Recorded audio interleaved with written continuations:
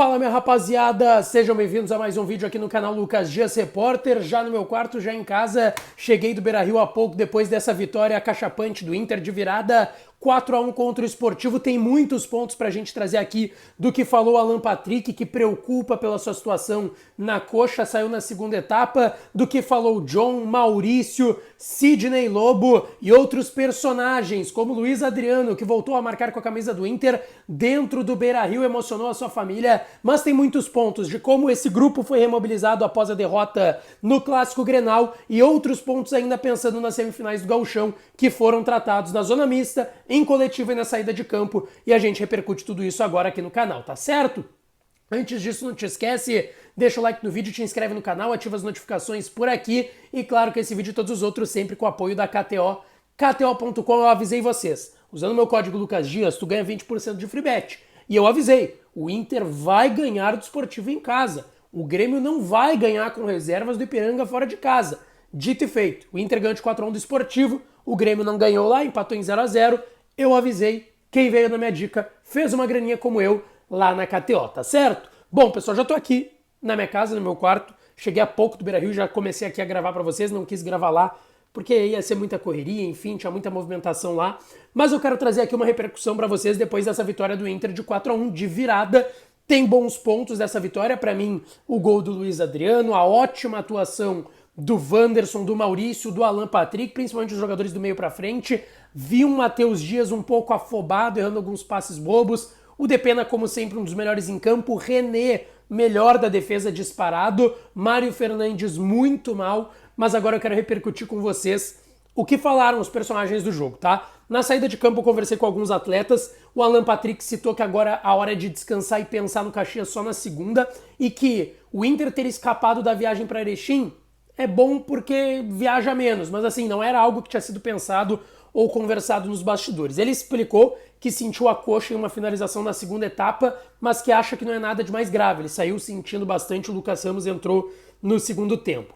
Quem também falou foi o Luiz Adriano, que foi titular e fez o segundo gol do Inter, o da virada ainda do primeiro tempo. Disse que estava muito feliz pelo gol, ainda mais com a sua família no Beira-Rio. Ele comemorou com o pai dele, o pai dele e o irmão dele estavam na mureta ali do Beira-Rio, comemoraram juntos. O Luiz Adriano até disse na saída de campo ali na pergunta que eu fiz pra ele, eu questionei, agora o Pedro Henrique volta de suspensão, ele, primeiro jogo como titular, já marca gol, e ele falou, agora a dor de cabeça é toda do Mano, falou em tom de brincadeira, foi algo que Sidney Lobo falou também na coletiva, mas a gente vai chegar lá, tá? Quem falou também foi o John, que fez sua estreia como titular, primeiro jogo dele com a camisa do Inter, disse que não tem nada de já ser titular agora, que o Kenner tá se recuperando, quando voltar vão ter que fazer opção, mas que ele vai seguir fazendo seu trabalho normalmente. Isso foi o que disse John, Luiz Adriano e Alan Patrick na saída de campo logo depois da vitória. Depois o Sidney Lobo, auxiliar do Mano. O Mano estava hoje no Beira-Rio acompanhando a partida. Eu até citei na transmissão da Rádio Bandeirantes. O Cauã de Almeida, que é auxiliar permanente do Inter, estava no banco na função do Sidney Lobo, enquanto o Sidney Lobo estava na função do Mano, conversando com o Mano a todo momento por WhatsApp. Estava com o telefone ali conversando com o Mano sobre a partida. O Mano passando algumas situações também para eles. Mas quem deu a entrevista coletiva foi o Sidney Lobo. Ele falou que o Alan é muito recente a sua situação e que ainda vai ser reavaliado. Ele citou que foi um jogo atípico, já que o adversário brigava contra rebaixamento, e que o Inter teve algumas dificuldades num pedido especial que foi feito pelo Mano e pelo Sidney Lobo, que era o Inter atacar marcando o adversário. E que o Inter teve dificuldades nisso, principalmente no primeiro tempo, tanto que saiu perdendo. E citou que a parada para tomar água ali, aos 20, 25 do primeiro tempo, foi muito boa, porque ele arrumou também o posicionamento do Matheus Dias, que já estava muito livre em campo, tinha espaço, mas estava mal posicionado, e ele ajustou isso e foi ali que o Inter virou o jogo. Ele citou sobre o Luiz Adriano, tá? Que ele precisava desse jogo começando para ganhar mais ritmo e que se vai ser titular é algo que ele e o Mano vão, e a comissão técnica, decidir durante a semana.